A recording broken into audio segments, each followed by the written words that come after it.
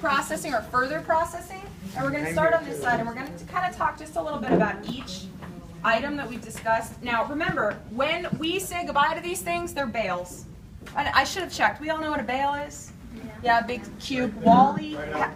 Yeah, we're going to see him up close today. But Wally, the movie Wally, he had a little baler in his belly. Baler. But, right, so when we say goodbye to these items, they're bales, and they get sold and taken away. So the information I have about further processing is not going to be as perfect as it is because that's not my industry. This is. But I can tell you a little bit about what happens. So cardboard, the first step is usually it's shredded up like this, you can see. And paper product, fibers, basically, shredded up. Then they're mixed with kind of a slurry of water and some kinds of chemicals, and they're kind of mixed up into a soup, which is dried, and then you get kind of this paper pulp.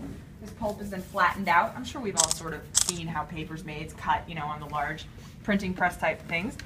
So steel and aluminum are dealt with in similar ways. They're also shredded up, but they're melted down at very, very high temperatures. And you had been asking me about the caps, or the little cap. A lot of people ask me about the paint and the paper residual. It literally burns right up at a certain, and then it's the non-issue basically. Are they lined with plastic as well as aluminum bottles? No, I don't think so. No, those aren't. But I mean, I have a lot of people who ask me just about the paper on the tin cans or the steel cans. Like it just burns right off. So then these are melted down, flattened out, and again, we talked about steel being a very versatile item in that you can melt steel down and make the fender of a car. You can melt steel down and make another soup can. You can melt steel down and make a bicycle.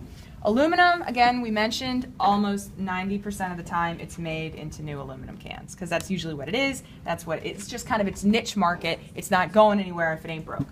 Okay, so these two are my favorite. Can I just move that really quick? I just want to show everybody.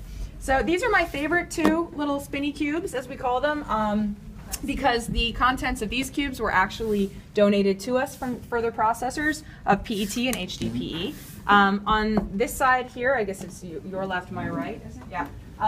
Is PET flake, and we talked about how PET can look different, but 9 times out of 10 it is going to look like a soda bottle or a water bottle. So this is flaked up and melted down. I'm looking around, I see your shirt. Who else? My shirt. Anybody who has a sort of like a polyester kind of, or just polyester in general, is going to have some type of a plastic thread in their clothing, so it can be used for thread. I had a guy come in here once. He had a T-shirt. Who's from California. It's a very forward-thinking gentleman. Had a T-shirt and it said 100% recycled water bottles made this shirt, and it was. So they actually took the PET, they melted it down, and they made thread, and then they used the thread to make his T-shirt. It was pretty cool. But not just thread. PET can also be recycled into carpet fibers, and then obviously, you know, new plastic bottles, things like that. HDPE.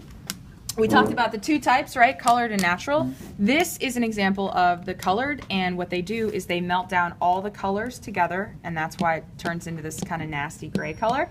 And then they pelletize them. They look like little lentils. And then a company, say the Tide company, wants to make a new bottle. They're going to come and buy these pellets, and they're going to form them, you know, melt them down and put them in their molds. Interesting fact about this is that once they become this gray color,